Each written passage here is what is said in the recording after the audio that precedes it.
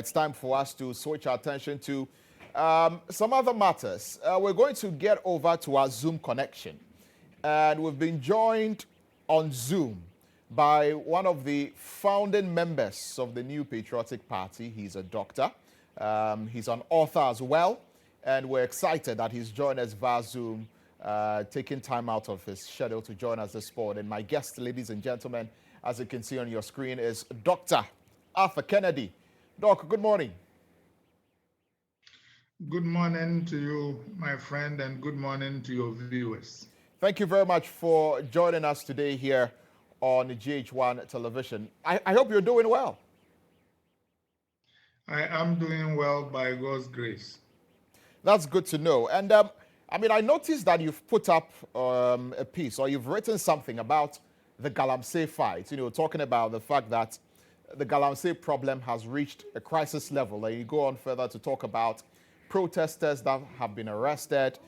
You go on, to talk about the fact that it is more important for the authorities to focus on dealing with those who are turning our water bodies into chocolate drink, rather than going after protesters who are protesting against illegal mining. What was your thought pattern even before you came up with this piece? I just really want to understand where you were coming from with this. Let's start from there. Galamsey has always been on my heart. I think that even greater than a threat to our democracy, it is an existential threat to our country. And I tell people that when the president said that he was prepared to put his presidency on the line, I was so excited. I called a journalist friend of mine in Accra who had always doubted the provenance of the president. And I said, this is the Nanadu we're all excited for, blah, blah, blah. And he said, Atake, Nanadu will do nothing. He has no balls to take on those in his party and his family who are doing this to the country. But to come back to the main issue, Galamsey is an existential threat, not because of even what it is doing to us directly. It is the opportunity cost, the idea that we are destroying cocoa farms, which means we'll lose revenue there. We will spend more money purifying water, which means we spend more there. We would lose timber, we will lose our pristine forest, and more to the point, we will break the bond and sacred obligation we owe to posterity, because we are living in our country as a borrowed resource that we should pass on to our children. I believe that President Akufo-Addo has lost his soul. He is not the Nanadu we all knew. And he lost his soul a long time ago, but we didn't know it. He sold his soul for the presidency. And looking at those who have been arrested, the young men and women who are protesting and others, and the idea that our law enforcement agencies are so eager to tell us about how they are blocking traffic, they are doing this. I think we have the wrong culprits in the dock. The real criminals are sitting at home sipping champagne while we are chasing those who are trying to do the right thing. Applying the logic of the law enforcement agencies now, they would have arrested the leaders of the Aborigines Rights Protection Society. They would have shot on the marches on 28 February 1948 and killed even more of them. They would have shot on the PMFJ demonstrators, including Nana Akufo-Addo, Komla Gbedema, and Afrifa, who were on the right side of history. They would have shot on the students of Ghana who marched in '83 that I led. In effect, we've gotten our priorities wrong. The people who should be in the dock are the Aisha Wongs, the Chinese who are destroying our environment, the Wun Tumis, the says the, what do they call it, Kejamfuas, and even the politicians or the DCs who are getting concessions while our rivers get turned into milk. Those are the people who should be defendants, not the innocent people who are trying to do the right thing. Right. And Doc, if I can come in here, first of all, you said Nanado has lost his soul and he has sold his soul for the presidency. Exactly why do you say that? What have you seen that is making you say that? Because one would argue that when he first of all said he was going to put his presidency on the line, he actually started doing certain things and put in place certain plans to try and deal with the canker, just that it has not been successful. So when you say that the president has sold his soul for the presidency, exactly, what do you mean in that regard? Because the Nana Akufo-Addo, who is president, is not the Nana Addo who joined the PMFG, who was a civil rights activist, who led Kumipreku and sent people to their deaths in the streets because he believed that. He's not the Nana Addo who told me about the limits of power and the responsibility to help the masses. He's not the man who believed in free SHS. That is not the man who is president now. And I think that when he made that pronouncement on Galamsey, it was a temporary return of the genuine Nana Addo, and that Nana Addo disappeared quickly. And I'm pretty sure you've heard the president talk to France 24 about this Galamsey issue, talking about the fact that the protesters, which you say are innocent and should not be the focus, were engaged in acts of criminality and illegality when they were picked up by the police. And so he's not the courts. He is not the one to take them through the process. The laws of the country and the constitution as provided, will deal with them. Is there anything wrong with that? Because the police are providing evidence that these are individuals who are seen in various videos engaging in different acts of illegality. And so if the law is dealing with them, why should we be complaining about that? After all, not even all the protesters were arrested. It's some of them. Yeah, because what the president told the interviewer is a fundamental fallacy. The truth of the matter is that the judiciary has become an appendage of the presidency. Everybody knows that. That is how they collaborated in the sacking of Wyoming. That is how they have helped the president change the EC members. That is why Kandapa warned the country about one side winning too much. That is why President Mahama expressed no confidence in the judiciary and said the election must be won on the streets. If indeed the police were doing their job, and free to do their job, they will be arresting the galamseyers. I mean, nobody says you shouldn't mine gold. China mines more gold than any other country on earth, and yet its waters are pristine and they are trying to make it pristine. They are not destroying their forest. America does, Australia does, Canada does. So why is it that for the pittance of gold that we get, most of whose revenue go into private pockets, we must destroy everything, including our paternity to our posterity? So what the president said was fundamentally false, and everybody in Ghana knows that. Well, so, there have been many calls for these protesters to be let go.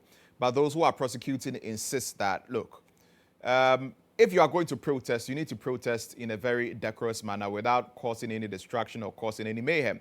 And in fact, those who are protested after those who were initially arrested have done their protests in a very peaceful manner, and nobody has been arrested.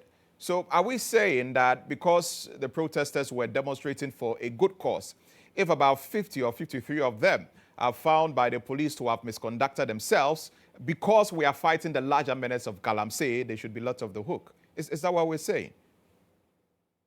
Yes, I'm just saying that I find it strange that somebody who has taken galamsey equipment to a rural community and is digging the earth and polluting the rivers and causing pregnant women to drink mercury-contaminated water is walking around free, but the police sees the crime of the person protesting against that person. I see that it is strange that the GHOne and others were not prosecuted because, according to Yasafuma, for prosecuting them will not benefit Ghana. I see it strange that people whose galmsey equipment had dug tunnels under homes and toilets, and people have collapsed into those toilets and died, are walking around free, but we think those holding placards are so criminally minded that we must deal with them. I am just saying that the police have become an appendage of the criminal enterprise. But when you listen to the president in his France 24 interview, he talks about the fact that it is not his responsibility to jail anybody, but it is the responsibility of the judicial system that we have. And so the courts have the free hand to operate according to the tenets of our constitution and as provided by the laws of this country. It is not his responsibility. I mean, the police on their own, are supposed to follow the law. And this is what the president actually said. So he said he's not involved. He's allowing the rule of law and everything to work. Is that not a good thing? Yeah. The president always allows the rule of law to work when it is in his favor. Parliament passes a law that he's supposed to sign, and all of a sudden, the people start filing strange motions in the courts. The president is allowing the police to work, but when what do they call it? Foot soldiers of the party stormed the court in Kumasi in his first term to intimidate judges. Strangely, the police didn't see that anything was happening. I mean, the idea that the police is just doing its job, everybody knows is fiction. This police service is politicized, and everybody knows.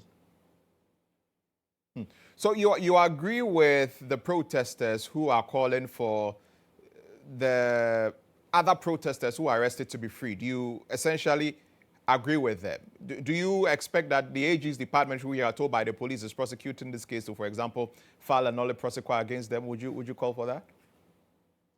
Yes, they should. And actually, the AG's department is so political, it is actually not even funny. They should be released, and not just released, but carry shoulder high trades. They are working in the foot of Nkrumah, who was a prison graduate. They are working in the foot of all those who have protested debasement of our constitution and our resources and been harassed by the police on behalf of our criminal enterprise, which is ruling us and calling itself a government. Those protesters don't belong in jail. Now, I mean, let's talk about the fight against Galamsey. Of course, you allude to the fact that it's been abysmal and the president has not done very well. Recently, he set up a 5-member committee headed by the minister responsible for national security, to look into the fight against Galamsey. A few other steps were taken. They met organized labor, among other things. And so, I mean, they would say that they've not given up on the Galamsey fight, and they're actually still taking steps to try and deal with the menace. I mean, that's a step in the right direction, isn't it? Yeah, it is. But the president for the last 7 years has been on the side of Galamsey. He sacked perhaps his only minister who was serious about the fight, Professor Frimpong Boateng. And, he has been the clearing agent for Wontumi and others who are clearly carrying out Galamsey, whether they have licenses and are exceeding the limits of the license or not.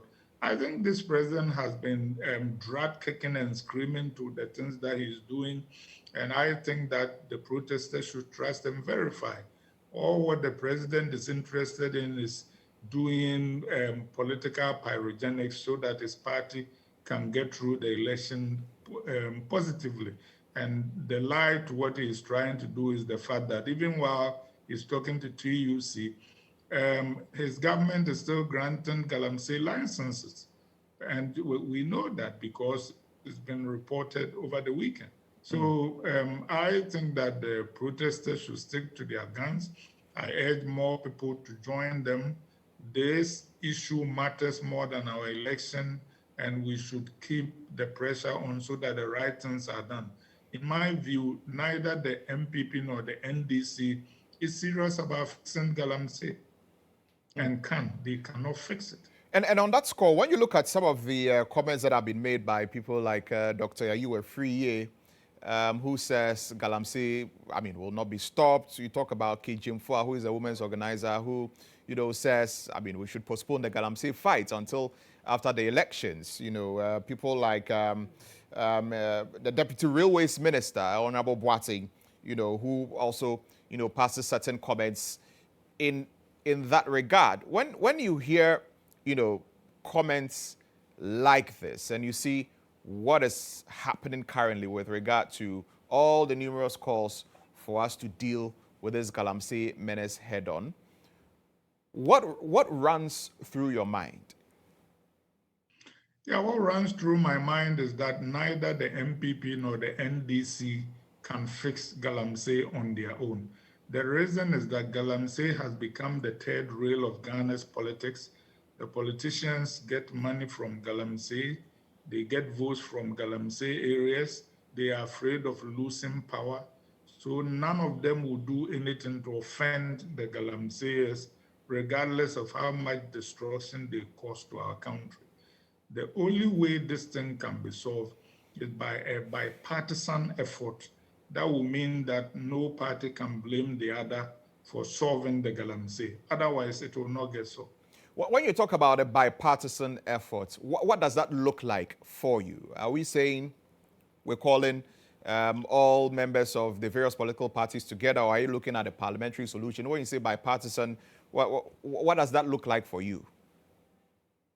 What that looks like for me is that I think that it should be an effort led by someone like the Asante with the speaker, representatives of both major political parties candidates for this election, both parliamentary leaders, the people on the streets like TUC and others who have shown a genuine concern for that, with people like Frimpong Boateng and Solomon, who as technical consultants. I think that the outlines of a deal are clear. We should impose a ban on Galamsey for 1 to 5 years while we sort out what is happening as regards legal small-scale mining versus illegal mining versus who is exceeding their thing versus the philosophy of whether we should allow anybody to even go into our forest versus the question of whether mining should only be led to the government and whether we should focus on expanding our concessions from foreign mining companies. During that 1 year, we should clarify all these issues. All those with legitimate licenses who think they have a claim on government should go to court. And then we should, of course, have security services involved too. I think the security services have been compromised. They are at the Galamsey side. The idea of saying we'll send in the army and the police is based on misinformation. They are already there. They are there on the side of the Galamseyers. Ban all the weapons being carried by Galamseyers, and then allow the forests and the rivers to recover. And then look as a nation at opportunity cost, how much we are losing in terms of cocoa exports, how much we are losing in terms of our forest reserves, how much we are losing in terms of timber, how much extra we are spending in purifying water, then we can go forward. The sad thing is that all this amount of Galamsey that has gone on has only made fortunes for private people. And that leads to my central thesis that our governance has degenerated into a groups of criminal cabals contesting for power with the purpose of siphoning public resources into private hands for the benefit of private. That is the way forward as far as I'm concerned. And in light of these suggestions that you're making about how we deal with it, we have organized labor threatening to go on strike on the 10th of this month if the government doesn't declare state of emergency, withdraw the LI, which allows people to mine in forest reserves, and really come to the table for us to map out proper strategies to deal with it. We know that governments met them, and the president, in meeting them, or some of them at least, says that he needs more time, among other things. What would be your call to organized labor, in this regard? To continue the plan strikes till they see results. So the suggestions I've made and what the organized labor people are demanding are actually not inconsistent. The president can declare the state of emergency, withdraw the LI, put together the group that I've talked about under the chairmanship of Asantine, who's already been drafted to solve problems like Dabon and others, call the Speaker of Parliament, who I know is very eager to help solve the problem, majority and minority leader, representatives of the two major presidential candidates. And actually, I am confident that these things with goodwill can have a bipartisan agreement, but that parliament can pass unanimously in a week. Now, I mean, there are a lot of other people who are planning protests. The Catholic Bishops' Conference are planning protests. We even heard that an association of fetish priests are also, planning some sort of protests. And in all of these people who are protesting because they see Galamsey as a very critical, issue, we have also heard rumors, which are not confirmed, by the way, that the Ghana Medical Association may pull out of, a planned strike by organized labor and all of that. You being a doctor yourself, what will be your message to to the Ghana Medical Association in that regard, with regard to, joining organized labor to embark on a strike if it gets there? I think that they should support organized labor and provide emergency services while the strikes are going on. But fundamentally, the strikes are patriotic and nationalistic, and they should go until we deal with the menace of Galamsey. Dealing with Galamsey is not inconsistent with profitable mining. China, Australia, Canada, United States, they all do that, and their environments are still good. We are not the only country which is obligated to destroy our future in order to mine gold and other minerals. Now, in all of this too, we've seen people like GHOne, who is the Minister for Works and Housing, in his constituency say that for his constituency, they are not going to allow anybody to pollute water bodies or to mine and destroy any water bodies and what have you. And if anybody wanted to mine, then they should do it responsibly. That's sort of in sharp contrast to what some of his other compatriots within the party and within government, have been saying. What are your thoughts on that posture? And would you say that should be the posturing of a lot of the people within the government moving forward? This has gone beyond the remit of individual ministers making pronouncements. This should be a national policy enforced nationally with the full force of the police and military behind them. It shouldn't be pockets of we won't allow it, because it will degenerate into Galamsey as usual. Right. So, I mean, Doc, moving forward, what lessons would you say the government can draw from the fight against Galamsey that they started, where we spent over 300 million, and I mean, it's resulted in nothing. It's cost 90. Putting a moratorium, Operation Vanguard, Operation Galam Stop, procuring drones, interministerial committee, alternative source of livelihood, community mining, training people at UMAT. All of these things were done, and a lot of money was spent on it, and this is where we are. Moving forward, also juxtaposing that to the suggestions that you've made about how we should deal with it, what lessons should we be taking, or should the government be taking from that moving forward so that we can properly deal with this Galamsey? Finally. Well, the lesson we should take going forward is that just announcing policies and talking does not solve problems. All those things you talked about, Galam Stop and all those things, were good tools in the arsenal.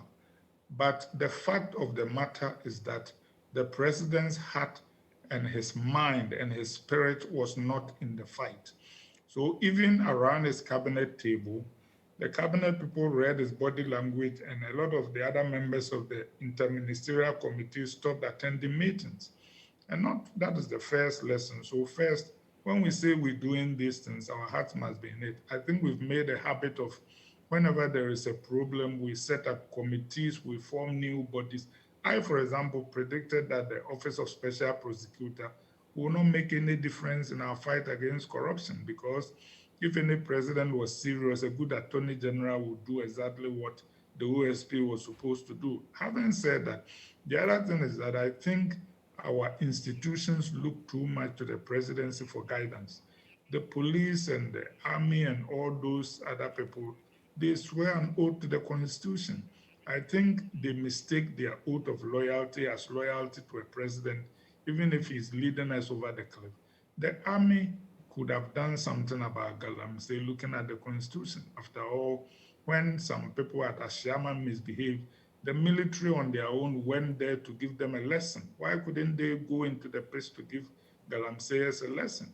The police know what the Constitution says, and they know who is a lawbreaker and who isn't. And the president himself says that the police do their work without his interference. Let them show that by dealing with the real criminals. And while we are at it, instead of just talking about Galamsey, we can also deal with the eternal problem of land guards. Why is it that something like this has gone on for decades and we can deal with it? Very well, Dr. Arthur Kennedy, I'm grateful that you've spoken to us here on GH today. We're really grateful. I thank you for the opportunity, and good luck to all the protesters. You are doing God's work here on earth. Thank you very much. Dr. Arthur Kennedy there, he is a founding member of the New Patriotic Party. He's a doctor as well, and he's been speaking to us, sharing his thoughts with us about the Galamsey fight and what needs to be done in order to properly deal with the Galamsey menace that we are continually talking about here in this